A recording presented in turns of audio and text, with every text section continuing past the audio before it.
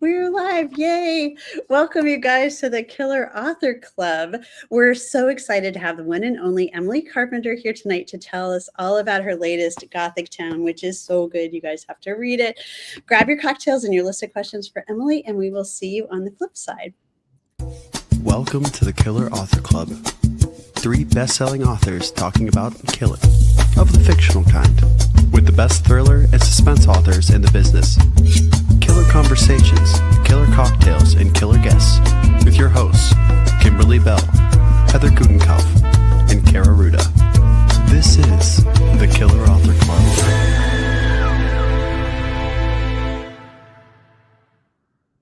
Hey, everybody, and welcome to our new members and all of our OGs watching live, catching the replay, or listening to the Killer Podcast. We are so glad you're here. I'm Killer Kara Ruda. And I'm Killer Heather Gutenkopf. And Killer Kimberly Bell is off for the launch of Desperate Deadly Widows. Yay! And we're so excited for her about that. And she'll be back. But tonight, we've got Killer Emily here in the clubhouse, and we're going to be talking all about GOTHICTOWN in just a minute. First, a couple messages. If you love tonight's show and want more, and who doesn't, check out our Killer Postmortem, otherwise known as the After Show, and it's exclusive. Oops. She'll come back. We'll give her a second here. Oops. You're back. Okay, I'm back. Oh, no. Did I go away? Oh, no. Did I tell us about Postmortem? Did we hear that part? No. About our podcast? No. Oh, no. Okay. Sorry, you guys. I don't know what's happening. I'm in a hotel room, so I apologize if I go away again. Anyway, I was just telling you that we have special content that's only available on our podcast. So you've got to tune into that. Those drop every Friday. I also have to stay. Oh, we have other breaking news. Yes, we do. And so we have to do this.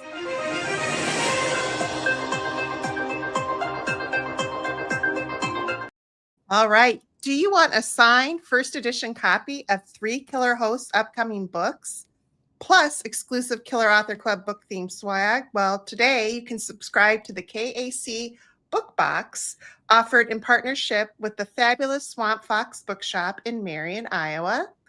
And yes, sorry. Okay, every bundle will be carefully curated and delivered right to your doorstep. And trust me, you'll want to be part of this because we've got some seriously killer merchandise only available in this subscription.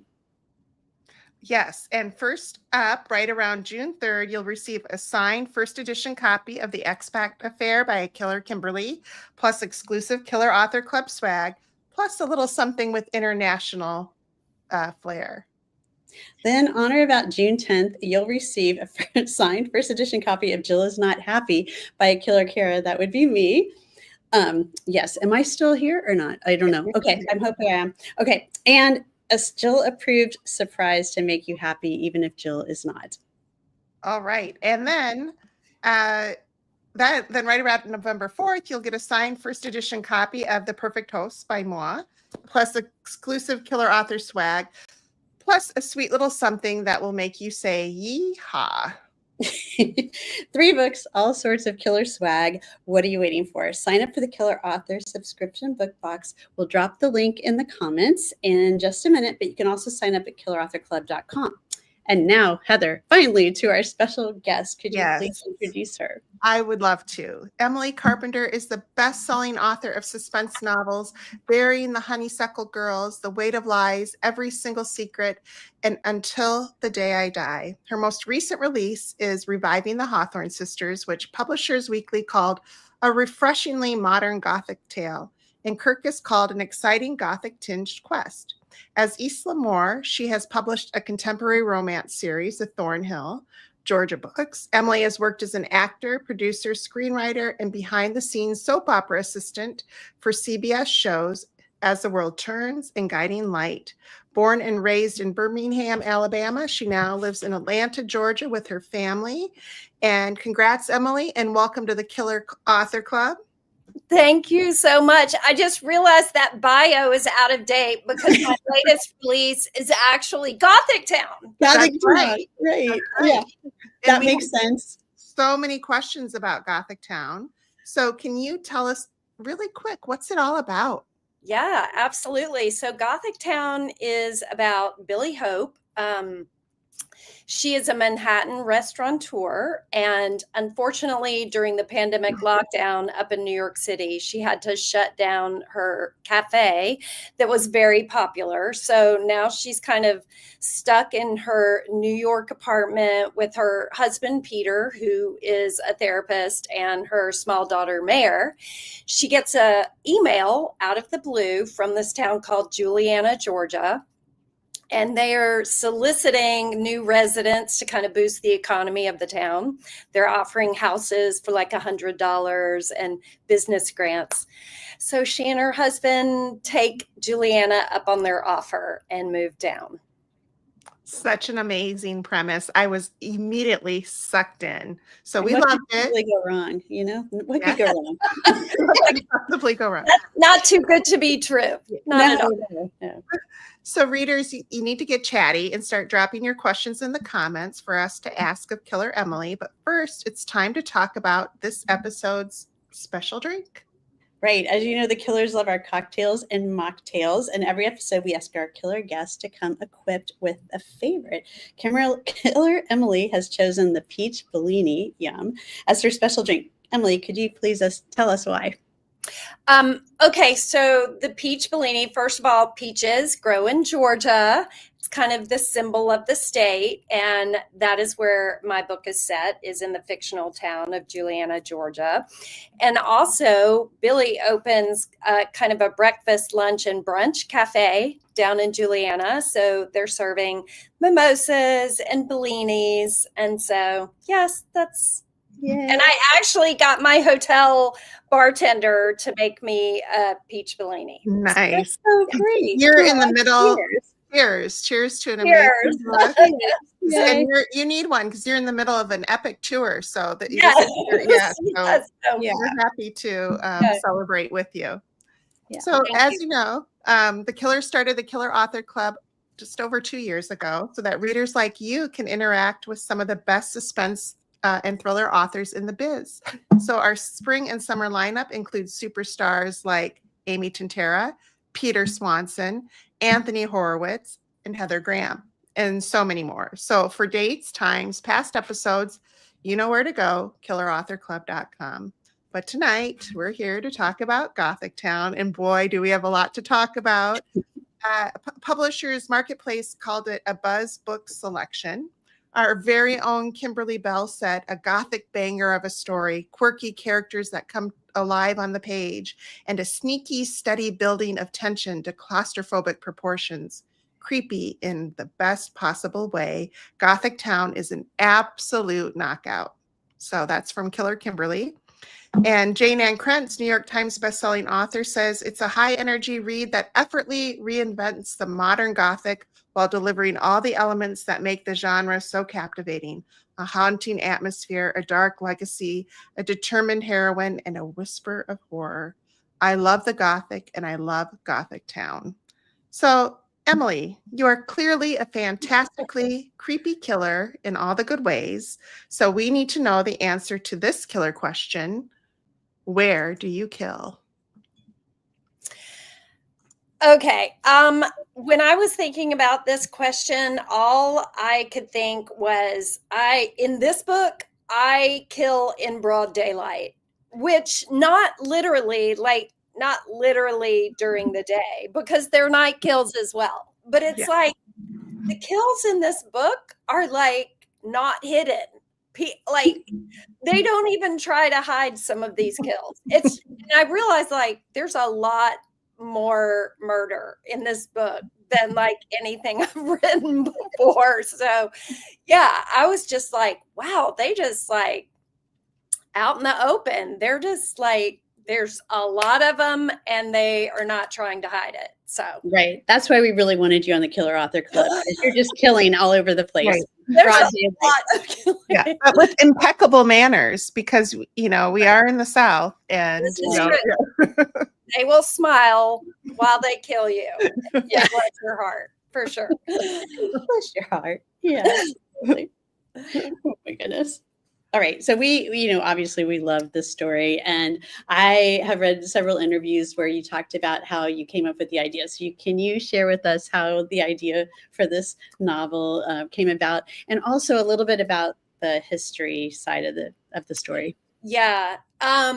So I really started thinking of the idea when I was reading some news articles back in like 2016, 17 about cities in the United States that were, soliciting people to come and to kind of boost their economies. And there was like, Topeka, Kansas, and there was like Alaska, Alabama, South Dakota. I mean, there was everywhere across the country. They were really wanting people to come and like start your business or go remote here, raise your kids here. And I thought it was just a really interesting concept because, I think we all kind of sometimes fantasize about like, what if I just pulled it up stakes and, move somewhere new and I can be a new person, live in a new house and have a new life. And, but then I read the story about, and I'm sure you guys have seen it.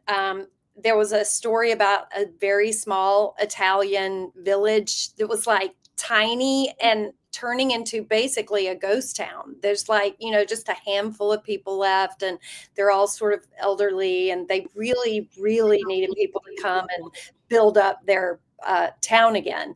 And, they're offering these crumbling medieval villas for like €1, but you had to like commit to, $25,000 worth of renovations, and you had to commit to like living there for a decade. And, it occurred to me, I was like, that sounds very suspicious to me. And like, I'm pretty sure that town in Italy is full of Italian vampires looking for blood. Like, it has to be bad, because Right. yeah. It's And so, yeah, exactly. And so I immediately thought, like, this is a Gothic story for me on a silver platter. But, I don't really write stories about Italy or, international stories. So I just thought I can just pivot it a little bit to be a Southern Gothic. Perfect. Yeah. Perfect. Yes. And with the history of the town that you've created, can you talk a little bit about that, like for the setting?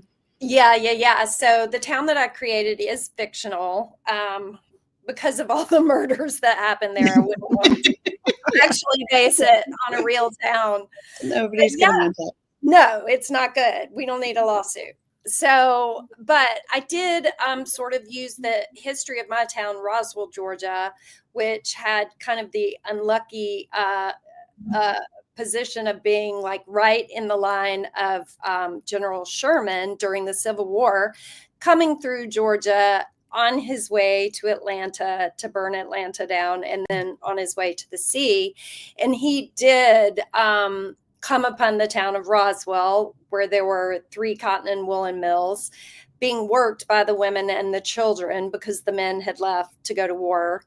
And he burned the mills down, and he sent the women and children on train cars up north. And so when the men came home from the war, they found their families gone. So I just thought it was a really tragic story in this little town. It's just one of the many stories of like the fallout of war and like how innocents are hurt.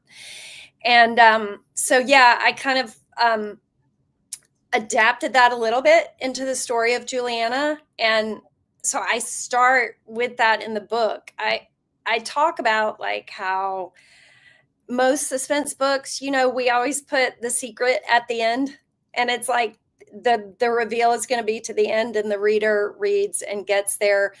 Well, I just went ahead and put it in the first chapter. So yeah, like what happened in the past and what was the big bad secret. And then you go from there, learning how Billy figures it out. Well, that just really builds the suspense, because then we know what Billy's in for, right? Like we know that it's not going to be good. But I thought it was interesting because you talk about Billy and all the loss she's had with her restaurant, her mother, But you mentioned the pandemic in this book as one of the reasons that she needs to, start over. Did you write this part of this during the pandemic, or was that like reflecting back? It was, I wrote it after, I Mhm. think. And I think I was kind of formulating it during the pandemic. And I will say, I part of what sort of made me decide to make Billy a restaurateur was right as my town was kind of opening back up and some of the restaurants were getting back on their feet. I was kind of stuck in my house and I was at sort of this low point in terms of my writing career and like what was happening in the business side of things. Um, and I needed to get out of the house. And so I texted a friend of mine who owns this fabulous restaurant. Can I go work for you? And she was like, yes, you can. And so I went to work in a restaurant. And it was during that time that I decided, oh, I'm going to make Billy a restaurateur. And then I read an article in the New Yorker about a woman who had had a fabulously successful restaurant. She had to close it down.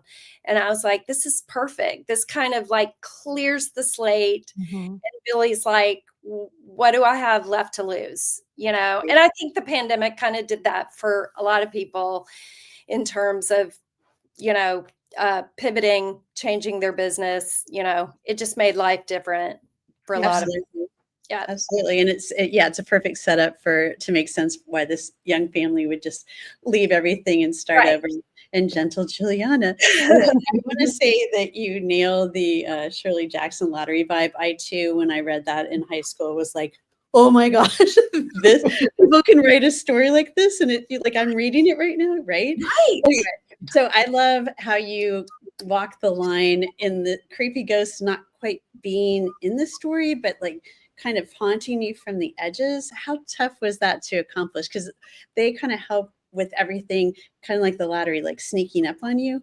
Yeah.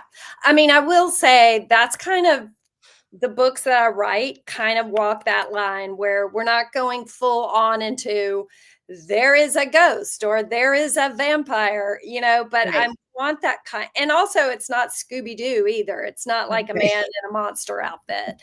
So there's this like line, this like whisper of supernatural and what's going on, and I try to like keep it grounded and real. And I mean, I think of my own life, there's things that maybe one day I believe and the next day I don't believe, or I'm not really sure where I stand on those kind of things, like what's behind the veil. So it is tricky to not let it go either way, but to stay on the tightrope. But I like that place. To me, it feels very real, actually.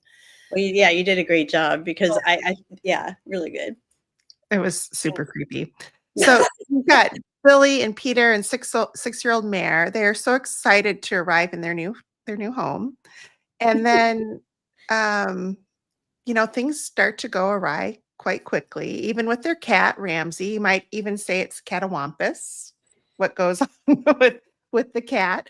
But each of the family members, they kind of react in different ways to settling in to Juliana. I mean, Mare seems to love it. She's flourishing as the young person. Billy is flourishing in her own way because there's lines outside her restaurant for blocks. But Peter has a little different experience. Can you talk a little bit about that and why you decided to ramp up the tension this way and bring the Old South to life in this way? Yeah. So that goes back to my big dark secret that's in the first chapter. Peter starts to have these strange, he has trouble sleeping. I'll just go ahead and say that. And I don't know about y'all, but when I don't sleep, not good. It's Not like I'm life is not good for anybody. Yeah, exactly. Yeah. And so it's, and because of why he's not sleeping, which you find out later. That's he definitely just sort of starts to spiral out in many ways and take things out on Billy and Mare. But what I will say is that also the cat like responds to things in the same way that Billy does, right? So Billy is not in, I mean, Peter is not entirely at fault. We have a, we appreciate the fact that he's trying, but what I want to say about Mare and staying in the town, I had so many people say, like when they're reading the book, they're like, "No, get out!" Like you say in a horror movie, like "Girl, run, get out, go." But I'm like, if your child is happy somewhere, how much are you going to do to figure out a way to stay in that place, right? Right. For So, sure. I don't know. I would have just gotten around. or you have a mortgage-free house and 12 Right. That's right. Yeah, there's that. I know. For the whole time, I'm like, oh my gosh, just go. Just go. I know that's a hard thing to, I mean, you guys know that's a hard tightrope to walk too, is like when you keep somebody, one of your characters in the situation that like you would probably flee. But yeah. But it totally made sense for her character. And like you said, her daughter's happy. She's got a thriving business. Everything, seems fine. And we knew a little bit more. We read that first chapter and Billy did not. Yes. Really. Heads up. Okay, so Juliana doesn't have a bookstore. What does that say about the town? Well, I leave that to the reader. Yeah, I will say I started off this book thinking Billy was going to open a bookstore. And I had written like the first chapters and she was going to be a bookstore owner. And I decided not. I decided to have her own a restaurant. I thought that sounded a little more I don't know, cinematic, like more action going on. Although bookstores are very fabulous. I love them. But I realized I wanted to keep the fact that the bookstore was not in there because I feel like bookstores are places of learning and thriving and openness and progress. And I think what Juliana is all about is keeping things the same and making sure nothing changes. And it's kind of like totally at odds with what I feel like a bookstore is all about. Yeah. Perfect. I love that. Yeah. And I noticed too, you really did keep it timeless in the town because very little mention of modern technology. We weren't seeing everybody, streaming something or even the music in the restaurant is kind of old timey. And so it's like you're kind of drawn back in time as well, just by being there. And then, knowing that it is actually current time is pretty cool. That's creepy too. Okay, and congratulations on the AMC deal. Can you tell us anything about the Hollywood Sparkle? Not a lot of sparkle yet. We're still just in like a pre-developmental stage, and we have a showrunner and executive producer, Abby Ajayi, that I'm very excited about. And I will be co-producing, and that's all I know. That's amazing. Congratulations. So exciting. Well, we'll be waiting with bated breath. Yeah. So good. Yeah, I can already see it as, it just, it's perfect. It's perfect. All right, you guys, it is time. I hope I'm not, my stream is going all right. Okay, Emily is giving away 1 copy of GOTHICTOWN to lucky US viewers. It doesn't matter if you're watching on Facebook or Instagram. I think my Facebook cut off, so you're not watching mine. But please make sure to shout out where you're from. For a chance to win, correctly answer this question. What genre does Emily write under the pen name of Isla Moore? Ooh, that's tough. Okay. Good luck, everybody. Yes. No cheating. No cheating. No. Or you can go back. Or you can just wait until somebody does. We're in Juliana, Georgia. You can do whatever you want. Yeah, exactly. Yeah, there's no rules. Well, as you know, the Killers are huge fans of independent booksellers, and we want to support the ones our killers also love. So Emily has chosen Book Miser in Marietta, Georgia. Can you tell us why Book Miser is so important to you? Well, I love Book Miser. The owner, Anel Gerson, is a dear friend. And when I was not writing, it's been 4.5 years since my previous book came out to now. And during those years, she was always giving me a call and saying, hey, do you want to interview these authors? Hey, do you want to take part? And I really appreciated her kind of keeping me in the mix of the publishing world and the author world. And she did my launch and sold out of books. So amazing. We love booksellers. We love her. Yeah, that's great. Yeah, we'll be dropping the link in the comments so you can order Emily's book along with any others on your wish list from Book Miser. And obviously, the Killers Love to Read, and our Facebook group is the place to share the love for fabulous books, post pictures, write reviews, ask for recommendations, and give yours. We love it when our TBR cups runneth over, which is why, Emily, we need to ask you, what are you currently reading or listening to during book tour? Yes, I am listening because I'm in the car. So I am listening to Rednecks by Taylor Brown. And I just picked up a copy of Nowhere by Allison Gunn. So I'm very excited about diving into that as well. Awesome. Thank you. All right. Okay. So And we are never more excited than when one of our very own killers releases a book. Kimberly Bell is our killer alumni tonight, along with co-authors Vanessa Lilly, Kate Houlihan, and Lane Fargo. Dun, dun, dun, dun, dun. Okay, the widows are back. Big hair and bigger lies collide in Desperate Deadly Widows, the highly anticipated follow-up to Young Rich Widows, where nothing's more dangerous than a widow with nothing left to lose. Now out in paperback, and we're dropping the link. I think someone is. Thank you. And the authors are giving away a book bag, which includes signed copies of both Widow books plus swag to one lucky U.S. viewer. This is a great prize, you guys. So we'll drop the link in the comments so you can hop over to Inkfish Books and buy your own book bag if you don't win. Right. And we also want to celebrate 2 fabulous new releases you'll want to add to your toppling TBR. First of all, check out Party Planning Can Be Murder by our very own killer assistant, Carrie Schaefer. Yay, Carrie. We're so excited. This book is so good. So small town party planner Addie Winters suspects murder when the dying rock star who hired her to plan his star-studded after death goodbye party dies ahead of schedule. So check that one out. We also have Vanishing Daughters by Cynthia Paleo. A haunted woman stalked by a serial killer confronts the horrors of fairy tales and the nightmares of real life in this breathtaking psychological suspense novel from a Bram Stoker award-winning author. So we've got 2 copies of Party Planning Can Be Murder to U.S. viewers and 3 ebook copies to international viewers and 1 copy of Vanishing Daughters to a U.S. viewer. So you know the drill. Drop a comment if you'd like to be entered for any or all of these books, and remember to tell us where you're from. Good luck.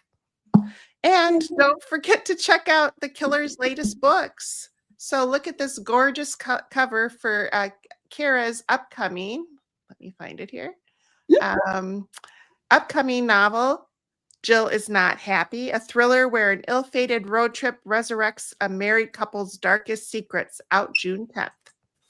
Yay. And Heather, along with authors Karen Slaughter, just some people you might have heard of, Lee Childs, B.A. Pierce, and other members of the International Thriller Writers Organization, collaborated to create the Twisted Women's Book Club, an Audible original coming April 10th. But you can pre-order this twisty tale right now. Thank you. And then speaking of gorgeous covers, Kimberly's The Expat Affair is out June 3rd. About 2 American expats in the deadly world of Amsterdam's diamond industry. So links for all of these are upcoming. Yay.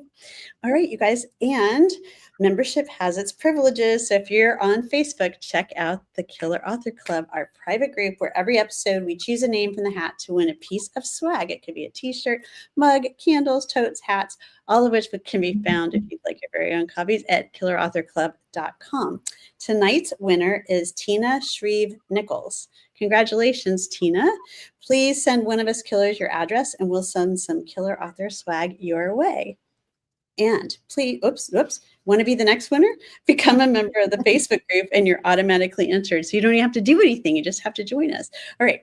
So the link is up in the comments. Oh, and speaking of support, a big killer thanks to Book Reporter for sharing our upcoming episodes in their newsletters.